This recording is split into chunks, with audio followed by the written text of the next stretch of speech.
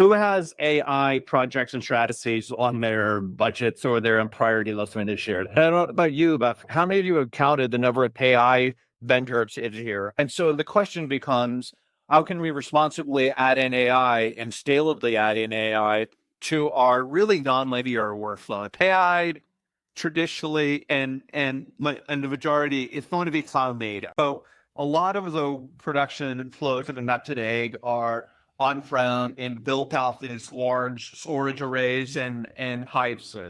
But to follow the capabilities of AI, you need to start making a lot of your production available to the file. They're increasingly valuable in larger data sets, especially Gen AI. The more data that you can give it, the smarter it will be, the more it will sound like you, the more it'll feel like you, and the less infringement you'll have as well. And because of all of AI has got some quality issues, but also some infringement issues, we really need a human in the loop, right? Post captionings, there's such high bar for that unless you do it well, unless you have human in the loop, it just doesn't support gut bugs.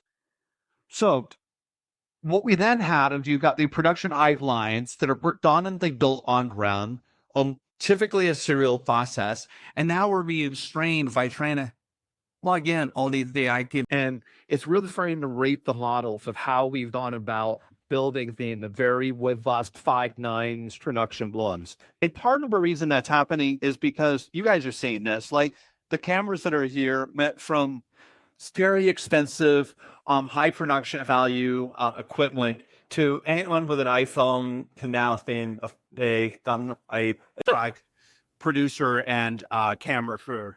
And so we got that cheap here flooding the market, all these individual content creator. Can you guys know this? But 500 hours of YouTube video every real net, and unfortunately, AI is making up worse. And so what we're finding is that a lot of media organizations, a lot that are working the social media outlet are at an inflection. And it's surprising that in a world where we think that we've got security now, and security is actually still the number one concern, 60% of participants. Ease of use was another.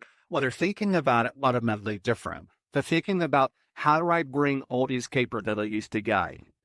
And the way we're seeing a lot of organizations fix this problem is through something like file orchestration. So the first is that file orchestration needs to be cloud native because of the nature of all of the connection noise.